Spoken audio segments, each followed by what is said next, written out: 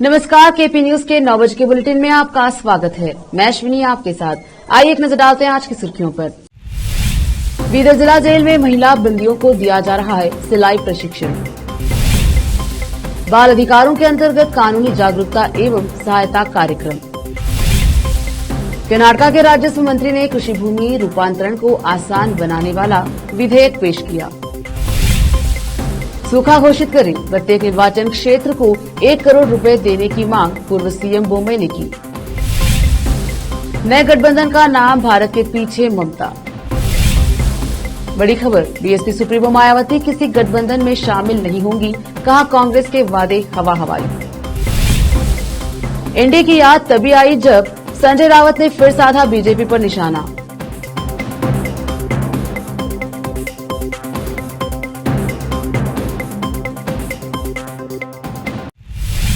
समाचारों का सिलसिला शुरू करते हुए देखते हैं समाचार विस्तार से। पहले समाचार स्थानीय। शहर के जिला जेल में 18 जुलाई को कार्मेल सर्विस ट्रस्ट द्वारा एक कार्यशाला का आयोजन किया गया।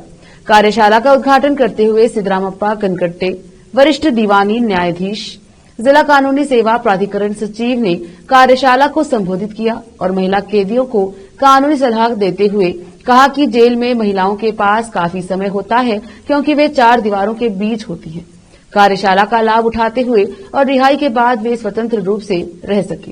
जिला जेल अधिकारी टीएन भजंत्री ने कहा कि कार्मेल सर्विस ऑर्गेनाइजेशन द्वारा संचालित यह एक अच्छी सेवा है।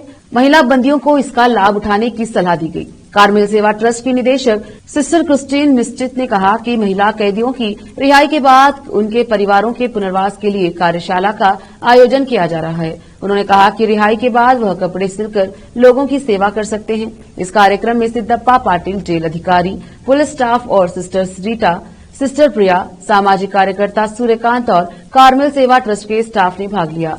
विशेष संवाददाता की रिपोर्ट। बीदर शहर के प्रतापनगर में गर्ल्स हॉस्टल में बीदर में जिला कानूनी सेवा प्राधिकरण, जिला बार एसोसिएशन और समाज कल्याण विभाग बीदर के परिसर में बाल अधिकार के हिस्से के रूप में एक कानूनी जागरूकता और सहायता कार्यक्रम आयोजित किया गया। माननीय वरिष्ठ सिविल न्यायाधीश एवं सदस्य सचिव एसके कनकट्टे द्वारा बाल अधिकार पर एक कानूनी जागरूकता एवं सहायता कार्यक्रम का आयोजन किया गया। कनकट्टे ने पौधे पर पानी छिड़ककर उत्साहपूर्वक बात की और हमारे भारतीय संविधान, पॉस्को प्रतीक और मौलिक अधिकारों के बारे में बात की। बीदर के वकील मंगला ने एक व्याख्याता के रूप में जिला कानूनी सेवा प्राधिकरण के विशेष अधिकारों के बारे में बात की। वहीं एक अन्य वकील जयश्री पाटिल ने बच्चों के अधिकारों के बारे में भी बात की। कार्यक्रम की अध्यक्षता सुभाष नागोरे ने की एवं संबोधित किया।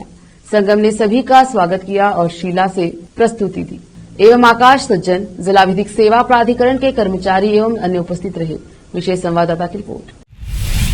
बीदर में लगातार बारिश से शहर में यातायात बाधित और स्कूली बच्चों को स्कूल, कॉलेज और ऑफिस जाने आने में परेशानी।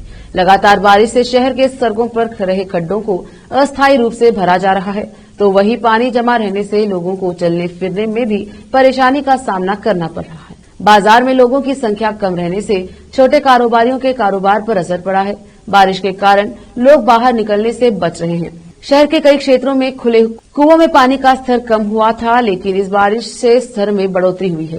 कैमरामैन कृष्णा का कवरेज। अब देखते हैं समाचार राज्य के।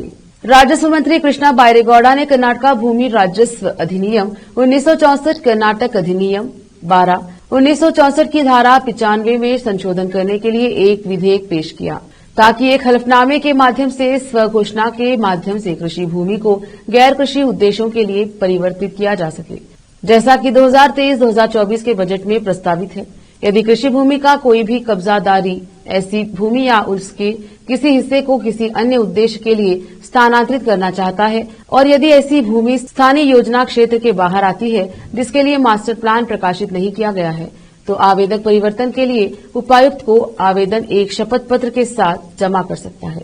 यदि डीसी आवेदन प्राप्त होने की तारीख से 30 दिनों के भीतर निर्णय लेने में विफल रहता है, डायवर्जन की मंजूरी मानी जाएगी। बायरेगौड़ा ने ग्राम रजिस्ट्रारों को जाली और अन्य अवैध दस्तावेजों के पंजीकरण से इनकार करने की शक्ति देने के लिए विधानसभा में पंजीकरण कर्नाटक संशोधन विधेयक 2023 भी पेश किया। यह जिला रजिस्ट्रार को कुछ मामलों में स्वतः संज्ञान या शिकायत पर जाली दस्तावेजों के पंजीकरण को रद्द करने की शक्ति देता है और नया परिवर्तन रजिस्ट्रार के आदेश के खिलाफ अपील का प्रावधान भी प्रदान करता है। पूर्व मुख्यमंत्री बसवराज बोम्मे ने मांग की है कि राज्य सरकार सूखा घोषित करे, क्योंकि कर्नाटका में बारिश की भारी कमी है। उन्होंने यह भी मांग की है कि राज्य सरकार प्रत्येक विधानसभा क्षेत्र के लिए 1 करोड़ रुपए की घोषणा करे। वो विधानसभा में स्थगन प्रस्ताव पेश करने के बाद बोल रहे थे। बोम्मे ने कहा कि कम बारिश के कारण बोए गए बीज उग नहीं पाए हैं। उन्होंने कहा कि सरकार ने मुख्य कार्यकारी अधिकारियों को पेयजल उपलब्ध कराने के लिए बहुत कम राशि जारी की है, जो पर्याप्त नहीं है। राज्य में 7 लाख हेक्टेयर में बुआई पूरी हो जानी चाहिए थी, लेकिन अभी तक यह सिर्फ 1 लाख हेक्टेयर पर ही हो पाया है। राज्य सरकार को इसे सूखा मानना चाहिए। बोम्मे ने किसानों की आत्महत्या पर हल्के ढंग से बोलने के लिए कृषि मंत्री चलुवरायस्वामी की भी आलोचना की। बोम्मे ने कहा, मंत्री ने आंकड़ों में किसानों की आत्महत्या की बात कही है, यह गलत है, यह बेहद गैर जिम्मेदाराना बयान है। इस बीच पूर्व मंत्री और भाजपा एमएलसी कोटा श्रीनिवास पुजारी ने कहा कि अकेले हावेरी जिले के 18 सहित 42 से अधिक किसानों ने अपनी जीवन लीला समाप्त कर ली है और सरकार को मुआवजे की घोषणा करनी चाहिए। ऐसा लगता है कि 26 पार्टियों के विपक्षी ब्लॉक का नया नाम भारतीय राष्ट्रीय विकासात्मक समावेशी गठबंधन इंडिया ने तुरंत कई लोगों का ध्यान आकर्षित किया है और यहां तक कि सोशल मीडिया प्लेटफॉर्म पर एक बहस भी शुरू हो चुकी है। कहा जा रहा है कि नया नाम पश्चिम बंगाल की सीएम ममता बनर्जी ने सुझाया है। सूत्रों ने बताया कि बैठक में नेताओं को कई सुझाव मिले और उन्होंने तुरंत भारत पर फैसला कर लिया, जिससे उन्हें लगा कि वे जिस मुद्दे के लिए लड़ रहे हैं वह उसका उपयुक्त प्रतिनिधित्व करता है। बैठक अभी चल ही रही थी कि टीएमसी नेता डेरेक ओब्रायन ने ट्वीट किया, चक दे भारत। बैठक के बाद प्रेस कॉन्फ्रेंस में वरिष्ठ कांग्रेस नेता राहुल गांधी ने कहा कि लड़ाई दो राजनीतिक संरचनाओं के बीच नहीं है, बल्कि देश के आवास के लिए है और यही कारण है कि उन्होंने भारतीय राष्ट्रीय विकासात्मक समावेशन गठबंधन का नाम तय किया है, जिसका अर्थ भी भारत है, क्योंकि कई दल जो कांग्रेस के नेतृत्व वाले संयुक्त प्रगतिशील गठबंधन यूपीए का हिस्सा नहीं थे, वे भी नए मोर्चे में शामिल हो गए हैं, जो 2024 में भाजपा से मुकाबला करेगा। नेताओं ने एक नए नाम पर जाने का फैसला किया है। आपके वरिष्ठ नेता पृथ्वी रेड्डी ने कहा कि मोदी बनाम कौन की बात थी और अब इसका जवाब मिल गया है, क्योंकि यह मोदी बनाम भारत की ओर जा रहा है।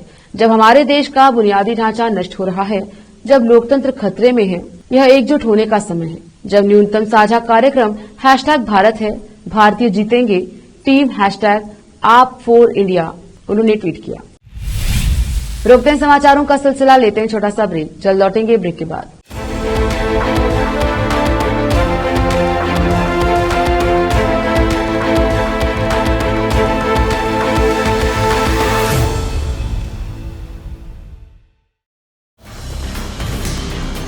हिंदुस्तान के हर कोने में हम हैं मौजूद।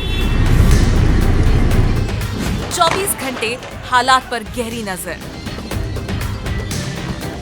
खबरों से जुड़े चुपते सवालात और आपको दिखाता है धार्मिक, सामाजिक, राजनीतिक, लोकल और इंटरनेशनल न्यूज की सबसे बेहतर कवरेज, जो आपको रखती है हर पल बाखबर। देश और दुनिया भर की खबर के लिए देखते रहें KP news 24/7। Noor education trust Bidar की ओर से चलाए जाने वाला Noor MEd and BEd college Bidar, recognised by NCTE Delhi and affiliated to Gulbarga University, Gulbarga. Admission are open for the academic year 2022-23. विशेषज्ञ और सक्षम शिक्षकों द्वारा शिक्षा प्राप्त करने के लिए नूर एमएड एंड बीएड कॉलेज में दाखिला लें और शांत वातावरण में शिक्षा प्राप्त करें। बीदर शहर में बेहतर शिक्षा का एकमात्र केंद्र Noor MEd and BEd college, Shahpur gate, Bidar. Phone numbers 9945283920 8482221297। Wisdom group of institution Bidar, Bidar शहर का एकमात्र संस्थान जो बीदर में पिछले 20 सालों से अपनी शैक्षणिक सेवाएं देता आ रहा है। विजडम ग्रुप्स ऑफ इंस्टीट्यूशन के तहत कई स्कूल्स और कॉलेज चलाए जाते हैं, जहां पर विद्यार्थियों को योग्य शिक्षकों द्वारा बेहतर शिक्षा दी जाती है और यहाँ पर विशाल क्लासरूम है। यहाँ पर गर्ल्स और बॉयज के लिए सेपरेट मॉडर्न हॉस्टल की सुविधा है और स्वादिष्ट और हेल्दी भोजन की सुविधा है। छात्रों को शांति के वातावरण में पढ़ने के लिए लाइब्रेरी भी उपलब्ध है और साथ ही बसेस की सुविधा भी उपलब्ध है। अपने शैक्षणिक गुणों के कारण विजडम ग्रुप्स ऑफ इंस्टीट्यूशन बहुत ही कम समय में ऊंचाइयों की ओर अग्रसर है। अपने बच्चों का भविष्य संवारना चाहते हैं तो विजडम ग्रुप ऑफ इंस्टीट्यूशन में शिक्षा दिलाएं, जहां पर पीयूसी के लिए एडमिशन ओपन हो चुके हैं। Wisdom PU college for science में साल पीयूसी सेकेंड ईयर का शानदार रिजल्ट आया है और यहाँ के 110 बच्चों को नीट के माध्यम से एमबीबीएस की फ्री सीट प्राप्त हुई है। यहाँ के छात्र Ziaul Hasan VTU gold medalist रह चुके हैं और उन्होंने आईआईटी दिल्ली में अपने नाम की सीट सुरक्षित कर ली है। आज ही अपने बच्चों का एडमिशन कराइए, याद रखिए। Wisdom groups of institution head office near Basaveshwar circle beside new Kaman behind Urdu hall Taleem Siddique Shah Bidar. Contact number 9130189111 8217411186। Toll free number 180012394447। Website www.wisdominstitutions.com। शहर बीदर के स्टूडेंट्स के लिए एक बड़ी खुशखबरी, यहाँ पर एडमिशन फीस में 100% कंसेशन दी जाएगी। Wisdom groups of institution Bidar के तहत चलाए जाने वाला और बेहतर शिक्षा केंद्र विजडम होलिस्टिक स्कूल का एक ब्रांच अब चिदरी में भी खुल गया है। इस सुनहरे अवसर से शहर बीदर के और चिदरी और मैलूर के छात्र फायदा उठाए। यहाँ पर nursery, LKG, UKG and first standard की बेहतर वातावरण में योग्य शिक्षकों द्वारा शिक्षा दी जाती है। यहाँ पर कई एजुकेशनल फैसिलिटीज मौजूद है, जैसा कि आप स्क्रीन पर डिटेल्स देख रहे हैं। इनके अलावा हवादार स्मार्ट क्लास, प्ले इक्विपमेंट, हिफ्ज व नाजिरा सेक्शन, हेल्थ चेकअप और दूसरी कई फैसिलिटी मौजूद है।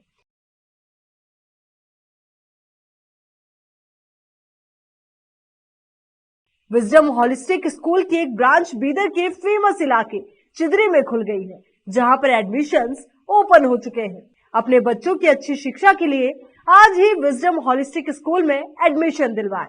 Wisdom holistic school new branch Bidar के एयरपोर्ट जाने वाली रोड पर और केंद्रीय विद्यालय के करीब चिदरी में मौजूद है। बीदर के छात्रों के लिए एक बहुत बड़ी खुशखबरी है, यहाँ पर एडमिशन फीस में 100% कंसेशन दी जाएगी। आज ही एडमिशन कराएं और भी डिटेल्स जानने के लिए इस नंबर पर कांटेक्ट कीजिए।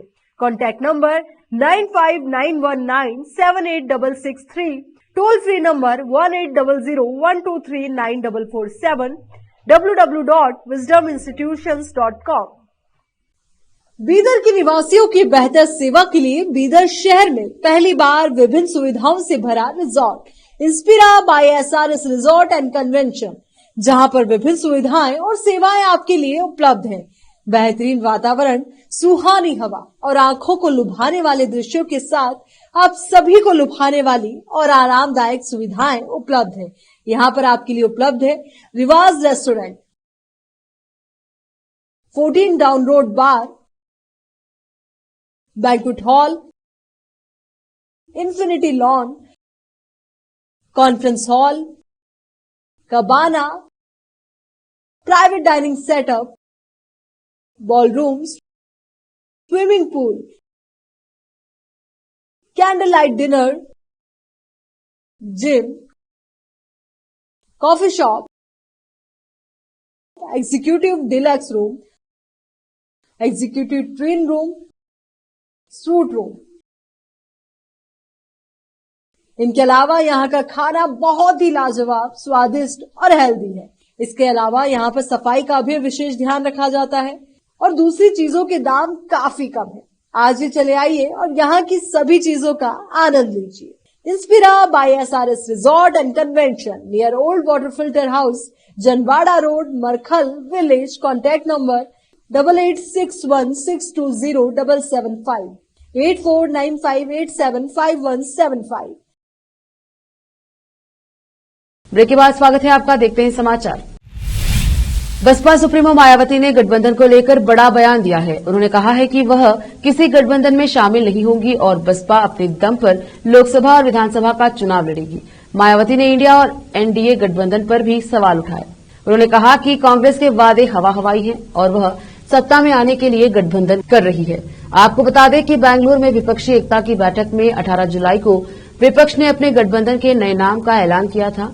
इस गठबंधन को इंडिया नाम दिया गया है, जिसका full form Indian national democratic inclusive alliance India है। इस गठबंधन में देश की 26 राजनीतिक पार्टियां शामिल हुई। विपक्षी एकता दल की बैठक के बाद एक प्रेस कॉन्फ्रेंस भी हुई, जिसे कांग्रेस अध्यक्ष मल्लिकार्जुन खड़गे ने संबोधित किया और सभी विपक्षी दलों का आभार व्यक्त किया। राहुल गांधी ने नए गठबंधन इंडिया के लिए कहा, देश का पूरा धन चुने हुए लोगों के हाथ में जा रहा है।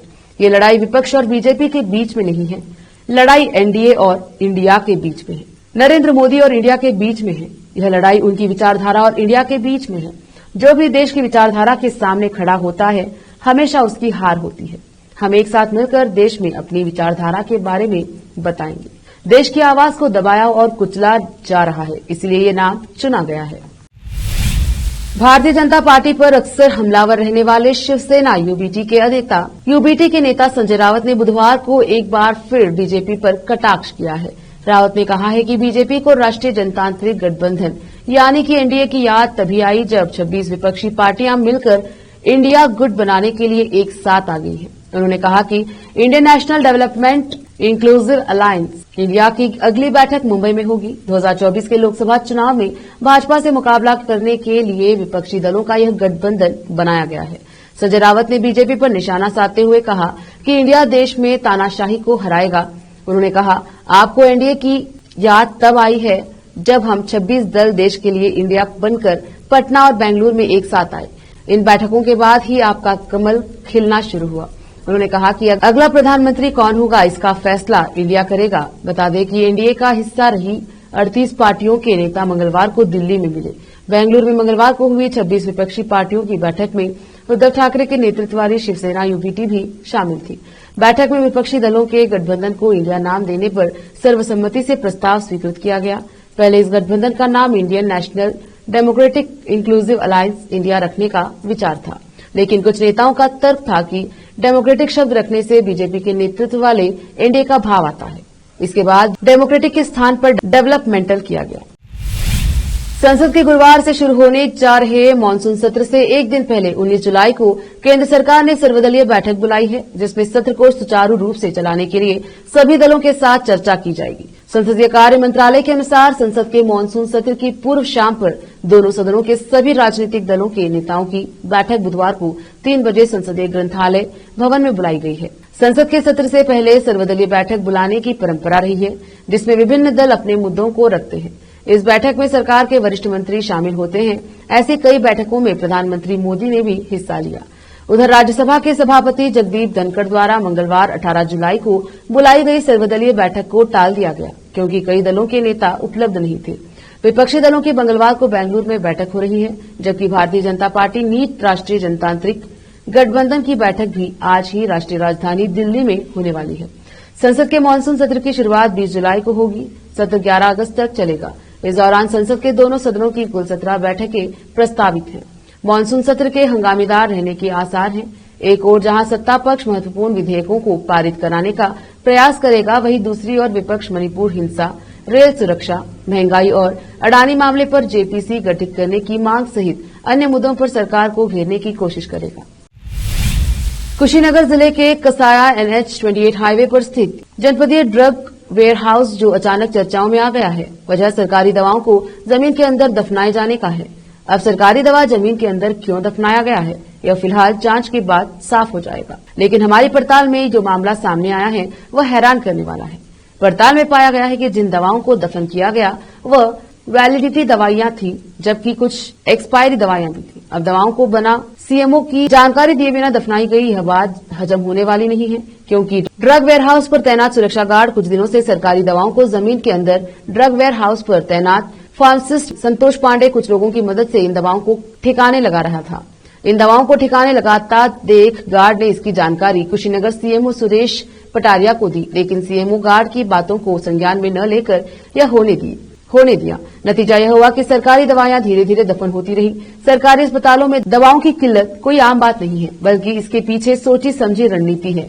गरीब मरीजों को सस्ते दरों पर सेवाओं और मुफ्त में दी जाने वाली दवाएं वैसे तो अस्पतालों में कम ही मिलती हैं, नतीजतन डॉक्टर बाहर की दवा लिख देते हैं, जिस पर हाल ही में डिप्टी सीएम ब्रजेश पाठक ऐसे डॉक्टरों को बर्खास्त कर चुके हैं। फिर भी यह व्यवस्था न सुधरे तो कहीं न कहीं कुशीनगर के लाखों करोड़ों रुपए की सरकारी दवाओं को मिट्टी के अंदर दफन किए जाना क्या इत्तेफाक है, क्योंकि यह प्रकरण उठते ही स्वास्थ्य महकमे में हड़कंप मच गया। आनन फानन में कुशीनगर के एसडीएम के अलावा अधिकारी बीती देर मौके पर पहुंचते हैं और जांच करते हैं, लेकिन अंधेरा होने के चलते जांच अधूरी छोड़ अधिकारी जांच टीम बनाकर मामले की सुबह जांच करवाने की बात कह रहे हैं। बता दें कि सरकारी दवाओं को दफनाए जाने पर पर्दा हटाने के लिए जब आज दोपहर को सीएमओ के साथ अन्य अधिकारी पहुंचते हैं तो जांच के नाम पर सिर्फ लीपापोती का खेल शुरू होता है, वैसे ही जैसे सरकारी दवाओं को बिना परमिशन के मिट्टी के अंदर दफनाया गया। खैर, यह जांच का विषय है। सवाल यह भी है कि आखिर दफनाई गई दवाई क्या एक्सपायरी थी या फिर उन दवाओं की वैलिडिटी थी। तो बता दें कि दफनाई गई दवाएं वैलिडिटी वाली थी जो मरीजों के इलाज में काम आ सकती थी। लाखों और करोड़ों रुपए की दवा यूं मिट्टी के अंदर पाया जाना क्या सच में सरकारी स्वास्थ्य सेवाओं को मिट्टी में मिलाने में जुटा है। वैसे यूपी के डिप्टी सीएम ब्रजेश पाठक, जो कि स्वास्थ्य महकमा अपने पास रखकर यूपी में बेहतर स्वास्थ्य सेवाएं देने को लेकर तमाम प्रयास करते हैं, लेकिन यह तस्वीरें डिप्टी सीएम के किए गए दावों पर मिट्टी डालने के लिए काफी है। जानकारी मिली थी कि कसिया ड्रग वेयर हाउस से कुछ दवाइयां जो हैं जिनको डंप किया गया है, तो मैं सुबह भी आया था, यहाँ पे देखा कुछ नहीं है, लेकिन अभी भी पता चला कि एक जेसीबी और ट्रैक्टर लगा वहाँ दवाइयाँ निकाली जा रही हैं। तो मैं मौके पर आया हूँ, एसडीएम कसिया भी मेरे साथ ही हैं। तो यहाँ पे एक्सपायरी दवाइयों को यहाँ से निकाला जा रहा था, जिसको ट्रैक्टर ट्रॉली और जेसीबी मशीन को सीज कर दिया गया है और तत्कालीन प्रभाव से इसमें प्रभारी जो फार्मासिस्ट हैं यहाँ पे उनकी लापरवाही प्रभाव से निलंबित किया जाता है और आगे की कार्रवाई के लिए एक कमेटी बना के उसकी जांच कराई जा रही है। मिली थी कि कुछ मिट्टी के नीचे थोड़ी बहुत दवाएं दबी हुई हैं, जिसको जेसीबी और ट्रैक्टर से निकाल के बाहर बेचा जा रहा है। तो मौके पहुंच के इन सारी चीज़ों को अभी जिलाधिकारी के पोजीशन में दे दी जा रही है और सुबह ड्रग वेयर हाउस खुलवा के विस्तृत जांच जिले से कमेटी बनाई जा रही है, उससे विस्तृत जांच की जाएगी। तदनुसार जो भी गुण दोष के आधार पर कार्रवाई वो की जाएगी। रिटायर हो गए सैनिक निगम गोरखपुर के द्वारा यहाँ पे सुरक्षा गार्ड के रूप में जनपदीय ड्रग वेयर हाउस कुशीनगर में यहाँ पे नियुक्त हूँ। अभी पिछले महीना कम से कम करोड़ों रुपए की दवाई जेसीबी मशीन से गड्ढा खोदवा के ड्रग वेयर हाउस के पास ही दीवार के बगल में ही दबा दिया गया है, जिसका सबूत मेरे पास है और मैं अभी आप जेसीबी से खोदाई करवाइए पूरा दवा निकलवा के दिखा दूंगा। सर, इसकी शिकायत हमने एक बार सीएमओ साहब से भी जाके बोला था। सीएमओ साहब ने इस मैटर को संज्ञान में नहीं लिया और कोई कार्रवाई भी नहीं किया, ना मेरे को बताया कि हम उसके खिलाफ एक्शन लिए हैं। कमलेश सिंह, सुरक्षा गार्ड कमलेश सिंह, पूर्व सैनिक। पाकिस्तान से भारत आकर अपनी प्रेम कहानी और संदिग्ध हालतों की वजह से चर्चा में आई सीमा हैदर को लेकर बड़ा खुलासा हुआ है। इस बात का शक पहले से ही किया जा रहा था कि सीमा हैदर एक पाकिस्तानी जासूस हो सकती हैं। इस बीच सीमा को लेकर चौंकाने वाली बात भी सामने आई है। सीमा हैदर का चाचा और भाई पाकिस्तानी सेना में तैनात हैं। सीमा का भाई आसिक कराची में पाकिस्तानी सेना में पोस्टेड है, वहीं सीमा का चाचा गुलाम भी पाक सेना में तैनात है। सीमा हैदर, सचिन और सचिन के पिता नेत्रपाल अपने घर पर नहीं हैं। यूपी एटीएस ने सुरक्षा कारणों के चलते उन्हें अपनी देखरेख में कहीं सेफ हाउस में रखा है। बता दें कि सीमा हैदर, उसके 4 बच्चे और सचिन रबुपुरा के पास अम्बेडकर नगर में 13 मई से लेकर 1 जुलाई तक किराए पर रह रहे थे। उस दौरान किराया 2500 रुपए था। वहां के मकान मालिक गिरजेश का कहना है कि उन्हें ये पता था कि सचिन गांव का लड़का है। वो पहले अकेले कमरा किराए पर लेने के लिए बात करने आया था। हमने कहा था कि अकेले आदमी को कमरा नहीं देते, तो उसने बताया कि उसकी पत्नी है और 4 बच्चे हैं। हमने सचिन का आधार कार्ड लिया था, सीमा का नहीं लिया था। सचिन गांव का लड़का था, इसलिए किराएदार का वेरिफिकेशन नहीं कराया गया। मकान मालिक गिरजेश ने कहा कि सचिन और सीमा का परिवार हमारे बच्चों के साथ घुल मिल गए थे। भाषा और पहनावे से कभी भी नहीं लगा कि वो पाकिस्तान से है। सीमा हिंदी बोलती थी। सचिन ने बताया था वो शिकारपुर के पास अहमदगढ़ की रहने वाली है। सीमा पर हमें शक नहीं हुआ। मकान मालिक ने कहा कि एक बार बच्चों ने बताया कि सचिन ने सीमा की पिटाई की थी। उसका कारण सचिन ने बताया कि वो बीड़ी पीती है। एक बार सचिन खाना खाने आया तो वो बीड़ी पी रही थी, इसलिए सचिन ने सीमा से मारपीट की थी और कहता था कि मैं मर जाऊंगा, लेकिन पाकिस्तान की रहने वाली है, ये कभी नहीं बताया था। मकान मालिक ने कहा कि हमने उसे बोला था कि मारपीट करोगे तो कमरा खाली कर दो। पुलिस आई थी और हमसे पूछा कि कब से यहाँ रह रहे थे, कैसी भाषा थी, कैसा पहनावा था। पुलिस ने ये भी कहा कि आगे जरूरत पड़ेगी जेवर आना पड़ेगा। एटीएस ने कोई संपर्क नहीं किया, वो LIU वाले थे। अब देखते हैं समाचार विदेश के। उत्तर कोरिया के नेता किम जोंग उन लगातार मिसाइलों पर मिसाइलों का परीक्षण करते जा रहे हैं। गत एक हफ्ते में करीब 4 मिसाइलों का परीक्षण कर चुके हैं। इससे उत्तर कोरिया के खतरनाक इरादे का आकलन आसानी से लगाया जा सकता है। उत्तर कोरिया ने मंगलवार देर रात फिर अपने पूर्वी समुद्र में छोटी दूरी की 2 बैलिस्टिक मिसाइलें दागी। इससे पहले अमेरिका ने दशकों में पहली बार दक्षिण कोरिया में परमाणु हथियारों से लैस पनडुब्बी तैनात की थी। बावजूद किम जोंग उन ने किसी तरह का दबाव महसूस नहीं किया। वह लगातार परीक्षण पर परीक्षण करते जा रहे हैं।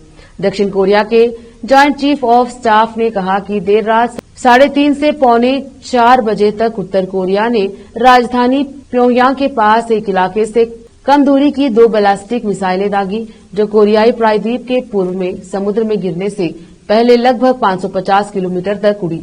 मिसाइलें प्रक्षेपण के विवरण जापानी सेना के आकलन के अनुरूप ही थे। जापानी सेना ने कहा था कि मिसाइलें जापान के विशेष आर्थिक क्षेत्र के बाहर गिरी और प्रभावित क्षेत्रों में पतों या विमानों से क्षति की तत्काल कोई रिपोर्ट नहीं है। पाकिस्तान और अफगानिस्तान के बीच संबंधों में तल्खी बढ़ने लगी है। जो पाकिस्तान तालिबान के शासन की हिमायत करता था, तालिबानों को जिसने सत्ता दिलाने में मदद की, अब वही पानी पी पी कर तालिबान की सरकार को कोस रहा है। हाल ही में पाकिस्तान ने अफगानिस्तान की तालिबान सरकार पर आरोप लगाया कि वह TTP को पालती पोसती है। उसके इशारे पर ही पाकिस्तानी तालिबानी पाकिस्तानी में आतंकी हमले करते हैं। इस पर अफगानिस्तान की तालिबान सरकार ने पाकिस्तान को करारा जवाब दिया है।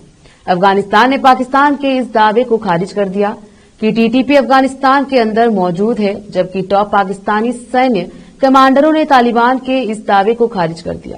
तालिबान का कहना है कि TTP के पास न केवल सीमा पार पनाहगाह है, बल्कि अत्याधुनिक हथियारों तक भी उसकी पहुंच है।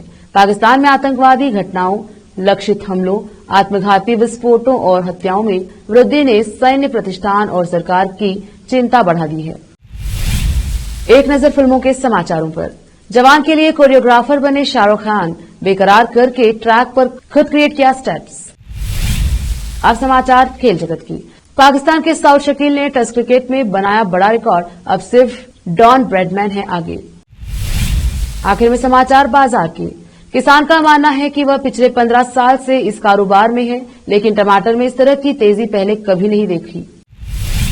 फिर से एक नजर आज के मुख्य समाचारों पर। बीदर जिला जेल में महिला बंदियों को दिया जा रहा है सिलाई प्रशिक्षण। बाल अधिकारों के अंतर्गत कानूनी जागरूकता एवं सहायता कार्यक्रम। कर्नाटक के राजस्व मंत्री ने कृषि भूमि रूपांतरण को आसान बनाने वाला विधेयक पेश किया।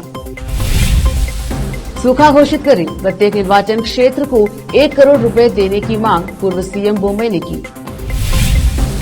नए गठबंधन का नाम भारत के पीछे ममता। बड़ी खबर, बीएसपी सुप्रीमो मायावती किसी गठबंधन में शामिल नहीं होंगी, कहा कांग्रेस के वादे हवा हवाई। एनडीए की याद तभी आई जब संजय रावत ने फिर साधा बीजेपी पर निशाना।